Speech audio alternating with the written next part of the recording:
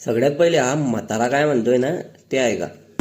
1814 साली कॅमेरा आणि फोटोचा शोध लागला. मग 5000 वर्षापूर्वी देवाचा फोटो कुणी काढलं? 15व्या शतकात घड्याळाचा शोध लागला.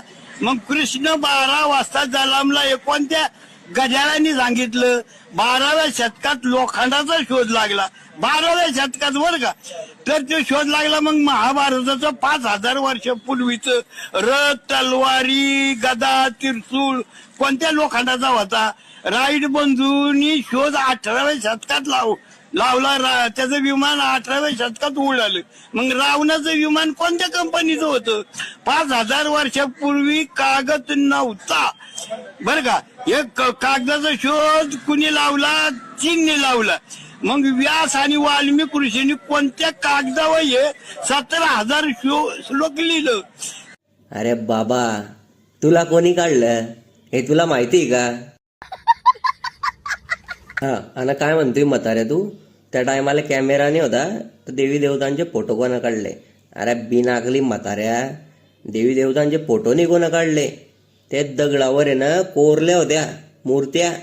एवढा म्हातारा झाला पण कवडीची अक्कल नाही आली तुले. आणि काय म्हणतो अजून श्रीकृष्णांबद्दल? त्यांचा जन्म एवढ्या वाजता कसा झाला हे कस काय माहिती? ते आता घड्याळणे होते. अरे भिकारचोट, कधी सूर्यदेवाच्या मंदिरात गेलाय का? 5000 वर्षापासून आहे ना, तरी कालगणना कशी करताना याचा पुरावा आहे. वेळ कशी मोजता समजला का? भिकारचोट, कधी गेलाय का सूर्यदेवाच्या मंदिरात? बात सही आहे.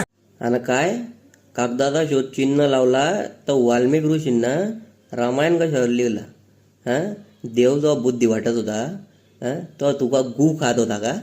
हा, कागद होते का त्या टायमाले? वाल्मिक ऋषींना रामायण भाजपत्रावर लिहिलं होतं. एवढं तर माहीत नाही तुले? नाही शाळेत नाही गेले ना आपण?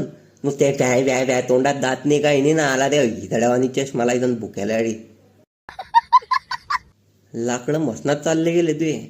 बाकी अक्कल तुला कवडी भरची नाही आहे. आणि त्या प्रश्नांचे उत्तर आहे ना तुला भेटले असते ना. आता याचा शोध कोण लावला न हे पाहिले कोण होता समजलं ना तुला? आता तू एक शोध लाव. तू विचार की तुला कोण काढला.